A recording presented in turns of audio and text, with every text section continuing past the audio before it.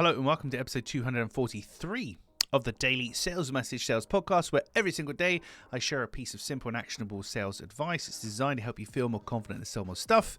And I can really feel myself falling back on my game show host, radio host voice. So apologies about that. I'm really trying to stop that from happening, but sometimes when I record a few of these in a session, I get all welcome back to the Daily Sales Message. So apologies for that. I'm trying to stay.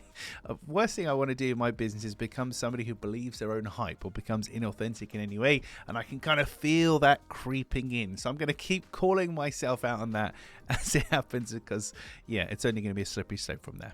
Right, back to today's episode. We're talking about this notion of name it, don't explain it. Syllables are expensive. It's one of my sayings, one of my aphorisms. Syllables are expensive. The longer it takes you to explain something to somebody, the harder it is for them to understand or connect with it. They might lose interest. They might forget, whatever. Syllables are expensive. Explanations are expensive. Just how can we explain things in the simplest way possible using the most efficient use of language and words and syllable count, etc. One of the best ways I've found to do this is this notion which I call name it, don't explain it. Name it, don't explain it. And I'll give you an example. There's a company in the UK called Hotel Chocolat. I don't know if they exist anywhere else in the world. Maybe they do. But they're here in the UK. Hotel Chocolat, which is just chocolate without the E on the end. Sounds posh though, doesn't it? And they have so in the UK we have ice cream vans. So vans that are dedicated to driving around, serving ice cream to people. Lovely. These guys have created an ice cream van vehicle that drives around and serves hot chocolate to people and chocolate related items.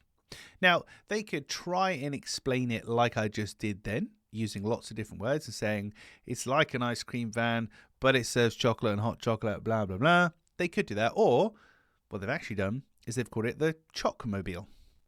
It's the Chocmobile. So in a simple word, and that is a portmanteau, that word. So it's the first bit of the word chocolate, and the last bit, and just the word mobile, because mobile is a vehicle. So Chocmobile, chocolate-mobile, Chocmobile. There we go. That is a more efficient way of explaining this vehicle by giving it a name, a moniker, than actually explaining explicitly what it does. Because if I tell you that I have a van, it's called a Chocmobile, and you guess at what you think you can buy there, you're probably going to guess you can buy chocolate there, and yeah, you'd be correct. Chocmobile in 3 syllables, technically just one word, a lot simpler than, well, it's like an ice cream van, but it serves hot chocolate and blah, blah, blah. So the moral of the story today is in your own business, and I must admit these things are designed to be practical, these podcast episodes, but this one takes a little bit more creativity and thought. I can't templatize this for every single person listening to this, but you need to think about, can you name things within your business, whether it's processes, vehicles, equipment, feelings, situations. If there's something that takes you a little while to explain, but it's pretty much used in everyday in the everyday of your business, product or service, can you name it?